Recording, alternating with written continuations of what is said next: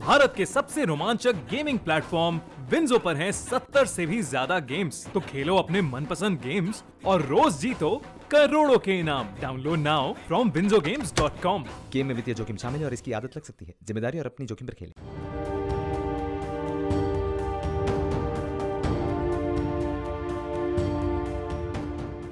भारत और इजराइल दोनों की दोस्ती के चर्चे पूरी दुनिया में हैं। पीएम मोदी और नेतन्याहू की जोड़ी एक साथ टीवी कैमरों पर जितनी मजबूत दिखाई देती है, उससे ज्यादा मजबूती दोनों देशों के रिश्तों में है और दोनों देश एक दूसरे के साथ पूरी ताकत से खड़े हैं। यही वजह है कि संयुक्त राष्ट्र मानवाधिकार परिषद में इजराइल के खिलाफ फिलिस्तीन में मानवाधिकारों के उल्लंघन को लेकर लाए गए प्रस्ताव पर भारत ने वोटिंग नहीं की है। मतलब कूटनीतिक रास्ते से इजराइल ने इस प्रस्ताव के खिलाफ भारत का साथ मांगा था, भारत ने उसे पूरा किया। भारत ने सच्चे मित्र की भूमिका अदा करते हुए इस मतदान में हिस्सा नहीं लिया। भारत के साथ 8 देश ऐसे भी थे जिन्होंने इस मतदान में हिस्सा नहीं लिया। इस दौरान 46 देशों में से 32 देशों ने इस प्रस्ताव के समर्थन में वोटिंग की, जबकि 6 देश इसके खिलाफ रहे। अब आपको उन देशों का नाम बताते हैं जिन्होंने इजराइल के खिलाफ वोटिंग की। इजराइल के खिलाफ वोट करने वाले देशों में Argentina, Armenia, Bangladesh, Bolivia, Burkina Faso, चीन, आइवरी कोस्ट,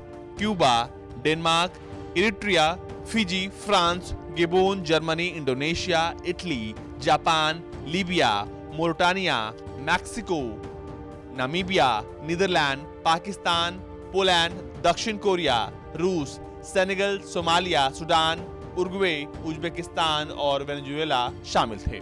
तो वहीं इजराइल के खिलाफ मतदान से दूर रहने वाले देशों में भारत, बहामास, चेक Republic, Marshall Island, Nepal, Philippines, Ukraine, UK और आयरलैंड शामिल हैं। जबकि इस प्रस्ताव के खिलाफ Austria, Brazil, Bulgaria, Cameroon, Malawi और टोगो ने वोटिंग की।